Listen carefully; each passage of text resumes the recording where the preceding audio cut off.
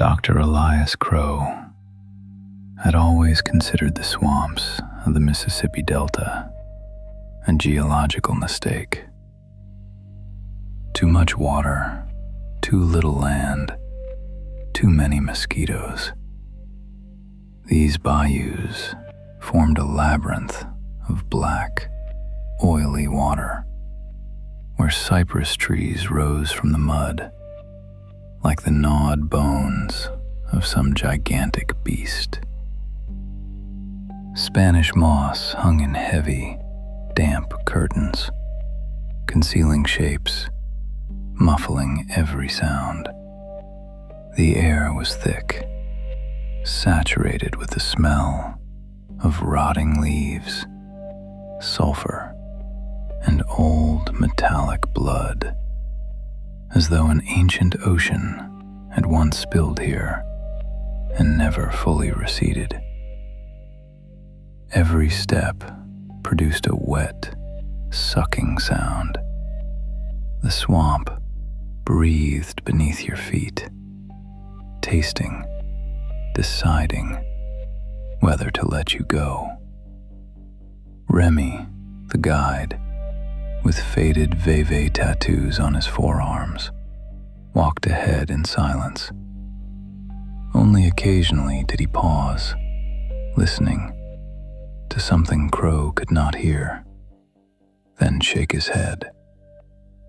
People used to pray here, Doctor. Not to God, not to the Loa, to something older. My mama said, if you see bones arranged in a spiral, leave. They didn't just die, they gave themselves. The first day passed in monotonous progress. The outboard motor coughed. Water slapped the hull. Insects swarmed the lantern light. By evening, they made camp on a tiny patch of semi-solid ground, more of a hummock overgrown with moss. The night was suffocating. Crow tossed in his sleeping bag, listening as the water tapped gently against the roots, like fingers drumming on wood. Sometimes it seemed the tapping followed a rhythm, one steady, slow beat, like a heartbeat beneath the mud. On the second day, the swamp grew denser. Cypress trunks stood closer, their roots weaving nets above the water, forcing the boat to zigzag. Remy pointed at something floating, white fragments, bones, not alligator, human, ribs, vertebrae, pieces of skull. Some were ancient, yellowed, coated in green patina. Others fresher, with scraps of dried flesh still clinging.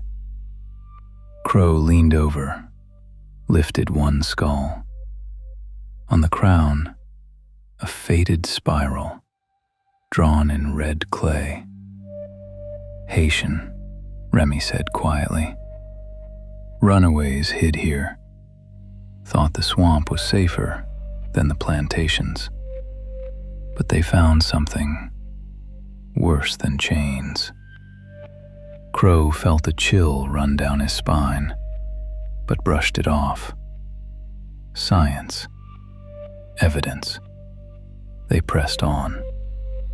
By the evening of the second day, the mound appeared ahead, low, almost swallowed by the mire, only its crown protruding, covered in dwarf cypress and moss. Around its base, the water was littered with bones, skulls with shattered foreheads, ribs carefully arranged in spiral patterns, vertebrae threaded onto thin cypress twigs, like beads. Some bones, laid out in the shapes of veve, Papa Legba, Baron Samedi, but every line converged toward the center, toward one great spiral. On one skull, scraps of fabric still clung, remnants of a white shirt, soaked black with mud. The smell grew stronger. Salt, gunpowder, rum, old blood. Remy stopped dead. They made offerings here, not animals, people, to appease him. They thought it was Damballa, the serpent protector, but it was something else. They set camp 100 meters away. Crow couldn't sit still. He took the metal detector, began probing near the base. Every beep echoed in his skull. At a depth of about 5 feet, something metallic. They dug carefully, shovels sinking into sucking mud. A copper plate emerged, repoussé work, bearing the same spiral.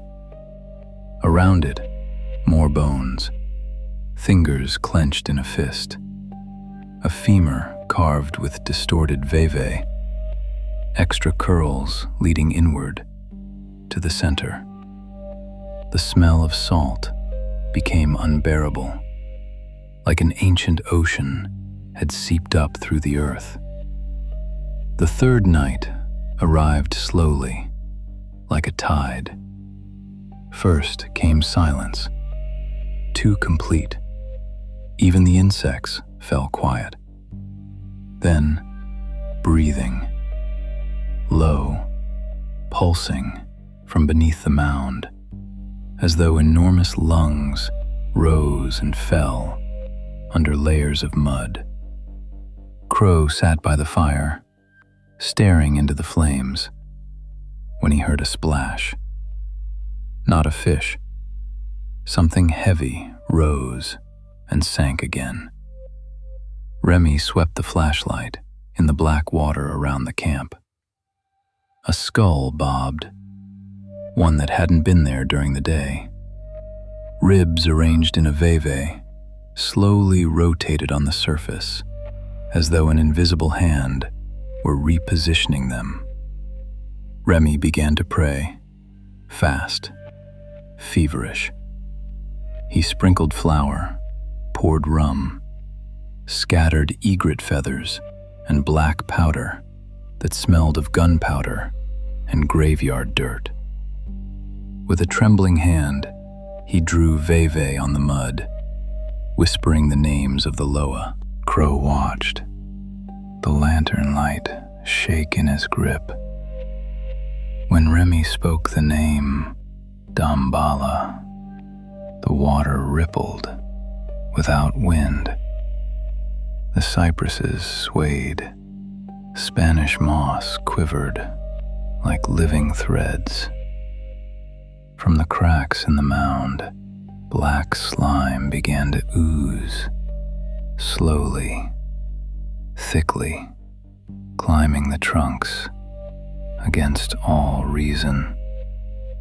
Within the slime, red veins throbbed, tiny spores glowed with thousands of pinprick eyes.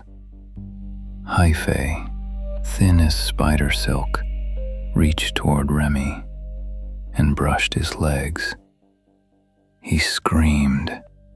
The sound broke, became someone else's, female, old, with a Creole accent, soaked in the echo of drums. They brought us offerings for centuries, blood for blood, bones for roots. They thought they fed the serpent. They fed the father of the bayous. Turua Gentlu remembers every scream, every drop. Now he hungers again, And you are the next gifts. The slime wrapped Remy's legs, sprouting through skin, his body arched, eyes rolled back. Crow bolted for the boat, tripped on a root, fell into the water, cold, salty, whispering his name. He looked back. The mound was gone. In its place rose an enormous mass, an abscess of earth, covered in moss, shells, fungal growths, and hundreds of bones. Skulls protruded like spines. Ribs formed the ribs of the thing itself. Fingers pointed skyward. Tentacles reached upward, draped with scraps of victims' clothing and old vive. Spore eyes blinked in unison, not malice. Recognition, the taste of a mind after millions of years of hunger. Crow gunned the motor until the tank ran dry. He swam, waded chest deep through mire, where bones snagged his legs as though trying to hold him. He reached the highway at dawn, drenched, caked in mud, clutching the copper plate and feeling a faint prickling in his veins, as though the hyphae had already taken root inside. Back in Baton Rouge, Crow locked the plate in a bank safety deposit box, but it changed nothing. Nights became torture. Rain drummed the roof in imitation of the swamp's breathing, and voices spoke inside his head, not hallucinations, but something real, growing from within. First the old woman's Creole voice, then Remy's, hoarse and broken, and finally a chorus of those who had made offerings a century ago, all whispering the same refrain, like a mantra. Come back, Elias. Come back and bring friends. The bayous remember every step, every drop of blood. The bones wait for new spirals. Turuwa Gentlu calls you home. This is only the beginning, spreading through the river, through the cities, through the dreams of the whole world. Crow began to plan, not resistance, return. He stared at the map, tracing routes with his finger, feeling the prickling intensify. He knew when he returned, the bayous would not let go. They would expand, claiming new land. And this would be only the beginning, the sequel, in which the whisper becomes a scream, and the bones become the foundation of a new world. The swamp is silent, but it is already sprouting, and it is calling new guests. End for now.